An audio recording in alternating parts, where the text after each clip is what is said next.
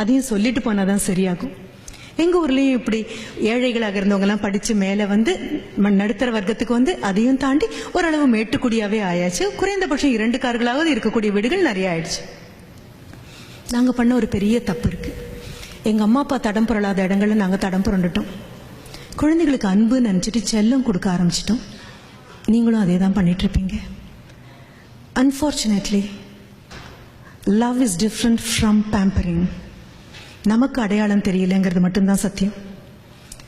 அன்பு கண்டிக்கும், அன்பு கண்ணு பார்த்து தப்புன்னு சொல்லும்.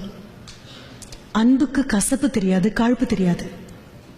அன்பு அரவணைக்கும், அன்பு குளிர்காய அனுமதிக்கும், அன்பு சுடும், அன்பு இதமாக இருக்கும். செல்லத்துக்கு இது எதுவுமே தெரியாது.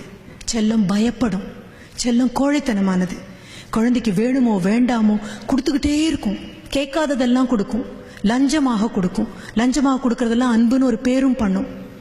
குழந்தை ஒரு தடவை சீரினா ஆடி போயிடும் இந்த செல்லம். எனக்கு தெரிந்த எத்தனையோ பெற்றோர்கள் குழந்தைங்களை கடுமையாக திட்டுறதுக்கு பயப்படுறாங்க. நாம ஏதாவது சொல்லி குழந்தைங்க ஏதாவது பண்ணிடுச்சுன்னா நான் மறுபடியும் கூப்பிட்டு கேட்பேன், அது என்னங்க நீங்க ஏதாவது சொல்றது, குழந்தைங்க ஏதாவது பண்றது? ஏன் அந்த குழந்தையுடைய அறையில் இருக்கக்கூடிய டவர் போல்ட்டை கூட கழட்டி வச்சு அப்பா அம்மா இருக்காங்க. அது ஏதாவது பண்ணிடுச்சுன்னா என்ன பண்றது? எங்க அப்பா அம்மாக்கு அந்த பயம் வந்ததே கிடையாது. என் தாத்தா பாட்டிக்கு சுத்தமா அந்த பயமே கிடையாது. கண்ணம் பழுக்கிற மாதிரி ஓங்கி ஒன்று வைப்பாங்க, ஆனா அடுத்த நிமிஷம் அவங்களே தான் கோவிலுக்கும் கூட்டிட்டு போவாங்க. அந்த அடியில திருத்தணுங்கிற எண்ணம் தான் இருந்திருக்கே தவிர தாக்கணுங்கிறதே கிடையாது. ஆனா இப்போ பயந்து பயந்து பயந்து வாழக்கூடிய ஒரு தாய் தகப்பனா மாறியாச்சு. குழந்தைங்களை கண்டிக்க கூடாது, குழந்தைங்களை எதுவும் சொல்லக்கூடாது. Please try to understand. கோழி மிதித்து குஞ்சு முடமாகாது. அப்பா அம்மாவும் ஆசிரியரும் கண்டிச்சு இதுவரைக்கும் கெட்டு போன குழந்தைங்க கிடையாது, கிடையாது.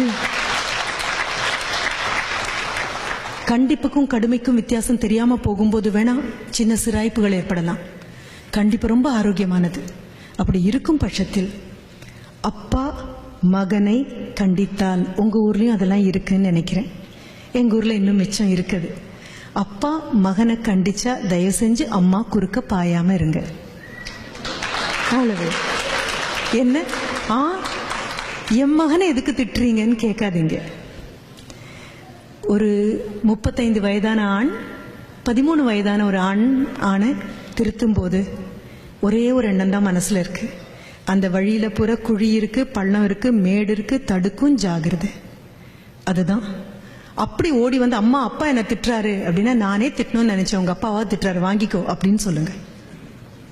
அதே மாதிரி அம்மா மகளை கண்டிக்கும் போது I request all the fathers, the darling fathers, குறுக்க பாயாதீங்க ப்ளீஸ். நான் சொல்றது ரொம்ப ஆன்டிக்வேட்டடா புராதனமான வழக்கில் இருந்து ஒழிந்து போன ஒரு விஷயமா தோணினா கூட உண்மை அதுதான். அம்மா திட்டும் போது அப்பா குறுக்க வராதீங்க. என் பொண்ணை எப்பப்பா திட்டிகிட்டே இருக்காதேம்மா அப்படின்னு சொல்லாதீங்க. அம்மா இந்த உடை சரியில்லைன்னு சொல்லும் பொழுதோ, இந்த நடத்தை சரியில்லைன்னு சொல்லும் பொழுதோ, இந்த கோபம் சரியில்லைன்னு அம்மா சொல்லும் பொழுதோ, வாழ்க்கையில இருந்து வெளியில வந்த ஒரு பெண்மணி, அவளுக்கு தெரியும் எங்க பள்ளம் உண்டு, எங்க மேடு உண்டு, எங்க சிராய்க்கும், எங்க விழும் அப்படின்னு. அம்மா கண்டிச்சு வளர்த்த பெண் கண்டிப்பா மோசம் போனதில்லை, அப்பா கண்டிச்சு வளர்த்த ஆண் கண்டிப்பா மோசம் போனதில்லை. கணவன் மனைவிக்கு இடையில இருக்கக்கூடிய பிரச்சனைய அப்பா அம்மாக்கு நடுவில் தயவு செஞ்சு கொண்டு வந்துடாதீங்க. நமக்கு 2 பேருக்கும் கோவம்னா உள்ள போய் அடிச்சுக்கலாம், குழந்தைங்களுக்கு நடுவில் கொண்டு வந்துடாதீங்க. கண்டிச்சு வளர்க்கறது ரொம்ப அழகான விஷயம்.